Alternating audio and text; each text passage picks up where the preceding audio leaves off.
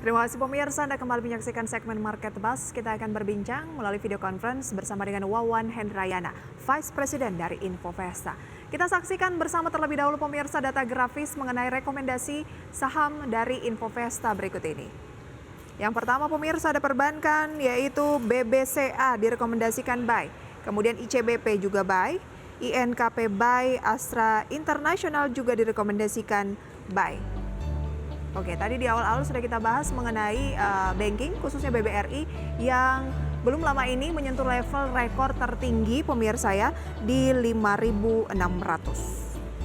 Dan kita ke BBCA, Pak Wawan. Kalau misalnya Anda katakan merekomendasikan emiten perbankan Big Four seperti BCA, BRI, BNI, dan juga Mandiri.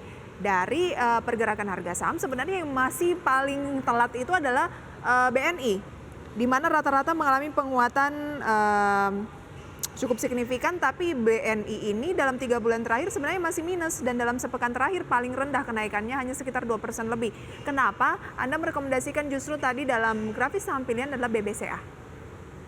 Ya, kalau kita bicara tentang profitabilitas ya tentu saja kita bisa telaah masing-masing ya dari Big Four tadi.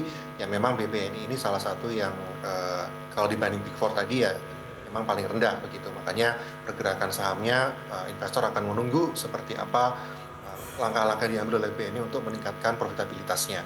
Kalau dari BBCA itu uh, seperti BBRI yang sudah all time high gitu ya. BBCA juga all time high-nya tahun lalu sebetulnya di 9.400, lalu sempat terkoreksi, tetapi kalau melihat daripada laporan keuangan Q1 itu juga BBCA sangat solid. Jadi saya yakin mereka mampu kembali untuk mencapai kembali atau bahkan menembus all time high-nya di 9.400. Jadi sebetulnya kemarin ketika ada koreksi BBCA di level 87, 88 ini sangat menarik untuk masuk. Saat ini sendiri BBCA sudah kembali ke level 9.100-an. Saya tetap sarankan akumulasi. Memang kalau bisa di bawah 9.000 ya itu lebih menarik ya. Tetapi di level sekarang pun sebetulnya BBCA cukup wajar karena memang uh, potensi pertumbuhan kredit, potensi daripada resiliensi daripada BCA di perbankan kita itu sangat baik. Kita sudah lihat sendiri ketika pandemi pun BCA masih dapat tumbuh. Oke, dalam sepekan naik 5% untuk BCA, dalam 3 bulan terakhir naik 3,4% dan posisi saat ini 9.125 jelang pembukaan sesi 1. Berapa target price dari Infovesta? Untuk BBCA target akhir tahun kita di 9.500. 9.500, beli di harga-harga bawah dekat-dekat 9.000 begitu ya? Betul. Oke, itu dia untuk BBCA. Kalau berbicara sektornya, banking ini berada di urutan berapa dari Infovesta? Nomor satu untuk Nomor 1 ya, baik. kita Oke, suggest di banking sebagai core-nya. kita ke ICBP. Ya, Kalau ICBP seperti apa rekomendasinya, Pak? ya baik juga. Ya ini ICBP memang naik signifikan juga karena di tahun lalu itu sebetulnya ICBP mengalami penurunan laba ya dibanding setahun sebelumnya. Tetapi ya ini salah satunya terkait juga pelemahan dolar juga. Tetapi dengan posisi yang ada sekarang justru ICBP ini menarik karena ketika dolar melemah sebetulnya cost dari ICBP itu turun. Mereka kan impor gandum paling sangat yang paling tinggi dan kalau dolar melemah ya sebenarnya lebih murah.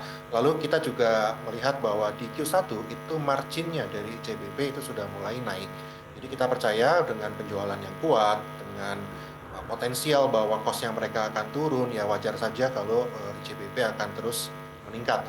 ICBP sendiri itu target kita di akhir tahun itu sekitar 11.800. 800. 11.800. INKP yang baru saja RUPS ya? Ya, baik. Nah, kalau INKP ini eh, valuasinya murah gitu ya. Jadi setelah INKP itu sempat kena ARB bahkan waktu itu, terutama ketika eh, dari sisi laba itu turun. Ini terjadi karena INKP hampir 50% daripada penghasilannya adalah dalam bentuk ekspor. Artinya mereka itu terimanya dalam bentuk USD atau dolar. Sehingga ketika dolarnya melemah ya pendapatannya memang kalau dirupiahkan turun juga. Tapi sebetulnya dari sisi penjualan itu tetap naik. Dan kita lihat meskipun sekarang ya mencoba untuk menghemat kertas gitu ya, tetapi terbukti bahwa kebutuhan kertas di Indonesia dan di luar negeri itu tetap meningkat. Jadi INKP ini saya lihat industri yang akan survive 5-10 tahun ke depan ya. Jadi kesempatan ini karena INKP terkena koreksi itu eh, harga valuasinya relatif murah. Jadi ya valuasi di 7.400, 7.500 ini bisa dijadikan entry point yang menarik Menarik. untuk INKP dengan target akhir tahun itu kita proyeksikan itu kembali ke 8.200. Oke, yang terakhir adalah ASII atau Astra. Apa yang menarik dari ASII? Apakah karena penjualan kendaraan yang kembali meningkat atau apa nih Pak? Ya betul. Astra ini juga mirip INKP dalam artian kemarin juga terkena ARB ya. Ini saya juga jarang-jarang lihat Astra kena auto reject bawah. Ini kenapa? Karena dia turun 7% karena bagi dividen yang besar sekali. Dividennya Hmm. ini 80%-an income dia itu di bagian terbentuk dividen ya. Ini terjadi karena Astra juga mendapatkan dividen yang besar dari anak usaha yang terkait pertambangan. Jadi ini yang membuat Astra membagikan dividen yang besar. Tapi dari sisi core-nya Astra sendiri otomotif itu terus naik. Betul di April terjadi penurunan karena memang ada lebaran sehingga libur lebaran cukup panjang, penjualan mobil menurun. Tapi saya yakin bahwa di bulan Mei dan ke depan ini akan naik lagi penjualan mobil, apalagi pemerintah juga memberikan subsidi ya untuk kendaraan listrik dan saya yakin Astra akan eh, mengeluarkan mobil listrik dalam jangka waktu di tahun ini. Jadi Astra saya rasa dengan level sekarang pun relatif murah, bisa dikoleksi untuk Astra.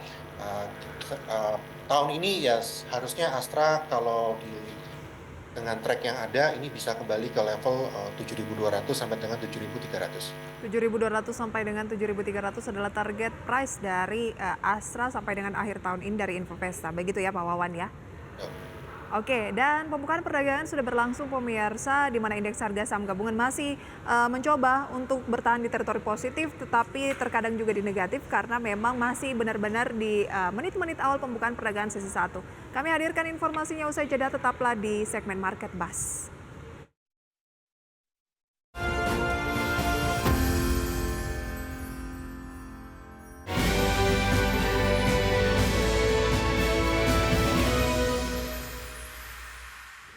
Terima kasih pemirsa Anda kembali bersama kami dan masih berbincang bersama dengan Pak Wawan Hendrayana, Vice President dari Infovesta. Mencermati rekomendasi saham pilihan tadi Pak Wawan, berarti memang saat ini lebih oke ya memilih saham-saham yang performanya secara fundamental juga menarik dan secara pergerakan harga saham juga masih bergeliat. Jadi Anda tidak merekomendasikan trading jangka pendek ya, lebih ke memang medium to long. Ya, tentu saja masing-masing investor akan punya preferensi sendiri-sendiri ya. Tetapi karena ISG sendiri relatif masih murah karena sudah terkoreksi, kita di level 6.600, 6.700 itu level yang cukup murah untuk ISG ya sebaiknya mengkoleksi saham-saham big cap yang juga murah juga. Jadi Oke. asumsinya kalau nanti harapannya ketika debt ceiling Amerika sudah selesai ya kita bisa naik juga. Kan pembukaan perdagangan sudah berlangsung nih Pak untuk sesi 1 di mana IHSG masih mencoba untuk bertahan di teritori positif juga kadang-kadang ditarik ke bawah begitu ya. Ada saham seperti GIAA yang masuk dalam top gainers. Nah, seberapa menarik Anda mencermati Garuda Indonesia ini yang kenaikannya juga cukup signifikan ya beberapa hari terakhir? Ya, eh, kalau sektor transportasi memang salah satu sektor yang kinerjanya paling baik juga di tahun ini ya karena ketika masyarakat dibuka kembali untuk dapat beraktivitas itu memang pendapatan transportasi bukan cuma yang udara termasuk yang di darat, di laut itu semuanya meningkat. Tapi investor harus memahami baik-baik fundamental masing-masing perusahaan ini berbeda-beda dan umumnya kapitalisasinya juga relatif kecil. Jadi harus dipertimbangkan faktor fundamental dan juga likuiditas. Untuk GIAA ya saya sangat sarankan investor melihat dulu seperti apa kinerja fundamentalnya sebelum memutuskan karena GIAA ini ya cukup banyak challenge yang besar sekali ya untuk mereka dapat bangkit. Oke, dan mungkin bisa kita cermati pemirsa seperti apa sih informasi mengenai pembukaan perdagangan sesi pertama pada hari ini?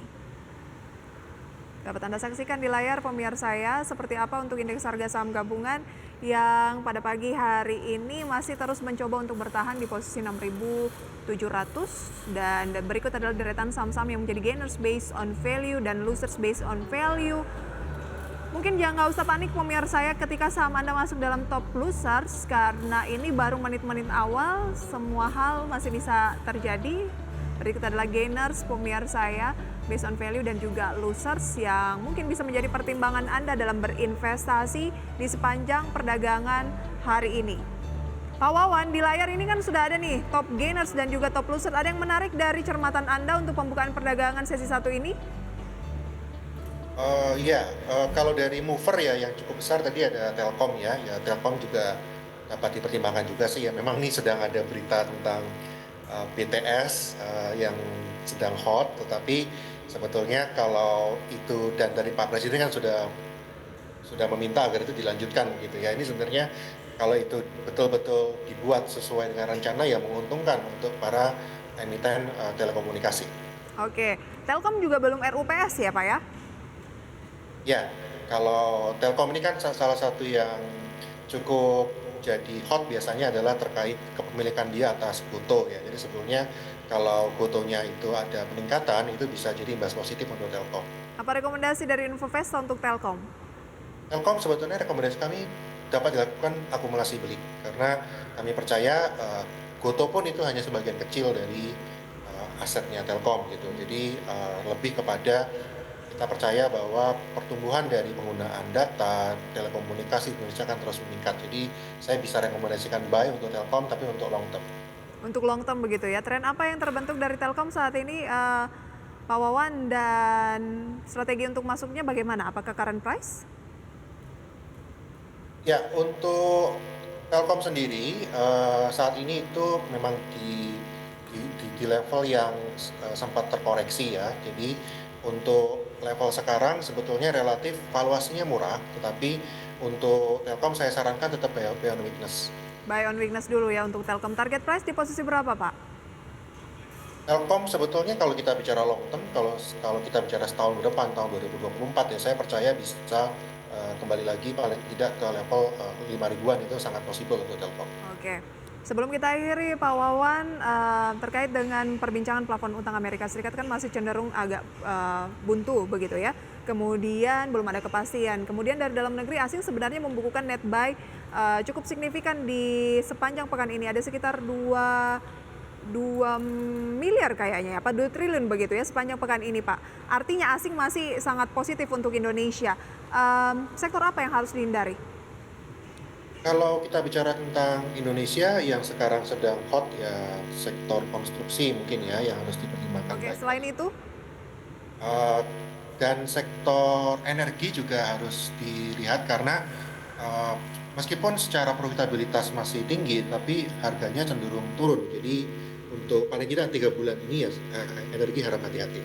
Oke, baik. Hari ini ada Antam, kemudian Tins yang melangsungkan RUPS begitu ya.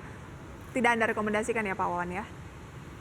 Oh, sebetulnya kalau yang terkait komoditas non batubara ya, ya ini bisa dipertimbangkan terutama karena yang terkait mobil listrik tentunya. Ini yang salah satu yang sedang hot terkait nikel.